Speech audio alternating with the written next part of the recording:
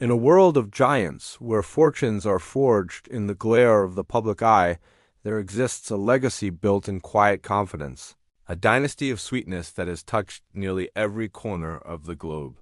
This is the story of a woman who inherited not just a name, but a responsibility, a story of Jacqueline Mars, the silent queen of a candy empire. How did she, away from the roaring crowds and flashing cameras, help steer a family business into a multi-billion-dollar global powerhouse? Her journey is a testament to the idea that true power doesn't always shout. Sometimes it whispers with wisdom and moves with purpose. Imagine a young girl growing up in the sweet-smelling world of her family's candy kitchen. The air is thick with the scent of chocolate and caramel, a child's dream come true. This was Jacqueline's world. She was born into the Mars family, the creators of iconic treats like M&M's, Snickers, and the Milky Way bar. But her inheritance was not a golden ticket to an easy life. It was a legacy forged in hardship by her grandfather, Frank Mars, who started the company from his own kitchen, battling polio and financial struggles. It was a business built brick by her father, Forrest Mars Sr., a famously demanding and visionary leader who expanded the empire with an iron will.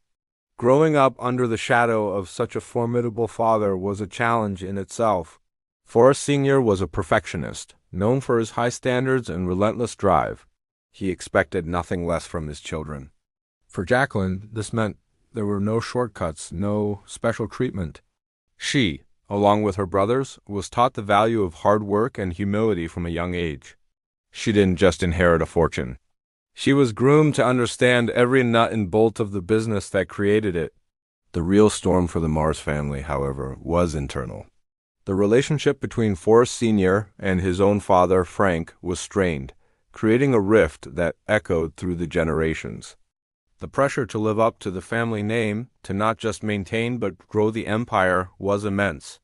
The family valued privacy above all else, operating as one of the most secretive corporations in America. This meant that their struggles, their disagreements, and their moments of doubt all happened behind a carefully constructed wall of silence. Jacqueline had to learn to navigate this complex world of high-stakes family dynamics and immense responsibility, all while finding her own voice and her own path within a dynasty dominated by powerful men. She had to prove she was more than just an heiress. She was a leader in her own right. Like an eagle learning to fly, Jacqueline didn't escape the pressures of her legacy. She learned to navigate them. After graduating from Bryn Mawr College with a degree in anthropology, she began her journey within the family company. She didn't start in the boardroom. She started on the ground floor, working in various roles to understand the business from the inside out. This hands-on approach was a core tenet of the Mars philosophy. To lead, you must first understand. Her rise was not meteoric. It was steady, deliberate, and earned. She joined the company in 1982, eventually becoming the Food Product Group President. In this role, she was responsible for some of the company's most well-known food brands, including the beloved Uncle Ben's rice. Her leadership was different from her father's, where he was known for his fierce, autocratic style. Jacqueline brought a more collaborative and people-focused approach. She understood that a company is not just about products and profits. It's about the people who create them. The true test of her strength came as she, along with her brothers John and Forrest Jr., took the reins of the company. Together, they formed a new generation of leadership. They faced a rapidly changing world with new consumer tastes, global competition, and the constant need to innovate. Yet, under their collective guidance, Mars Inc. didn't just survive. It thrived. They orchestrated the monumental acquisition of Wrigley, the chewing gum giant, for $23 billion in 2008. This bold move was a masterstroke, diversifying the company's portfolio and solidifying its position as a global leader in confectionery. Through it all, Jacqueline remained the quiet force, the steady hand guiding the ship. She championed the company's 5 principles: quality, responsibility, mutuality, efficiency, and freedom, which served as the moral compass for every business decision. She saw the eagle's view, understanding that long-term sustainability was more important than short-term gain. She knew that to rise higher, the company had to be strong at its core, weathering the storms of market fluctuations and competition by holding fast to its values. Her legacy was not just in the balance sheets, but in the culture of integrity and excellence she helped nurture, ensuring the Mars empire would continue to soar for generations to come. Jacqueline Mars's story is not a fairy tale of inherited wealth. It's a profound lesson in stewardship, purpose, and the power of quiet leadership. Her life teaches us that true strength isn't measured by the noise you make, but by the impact you create.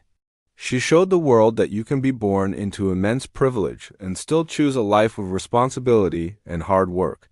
Her focus was never on personal fame, but on preserving and growing a legacy that provides for thousands of families and brings simple moments of joy to millions.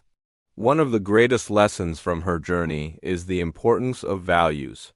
In a world that often prioritizes profit at any cost, Jacqueline and her family built an empire on the principle of mutuality, the belief that a benefit for all stakeholders is a shared benefit.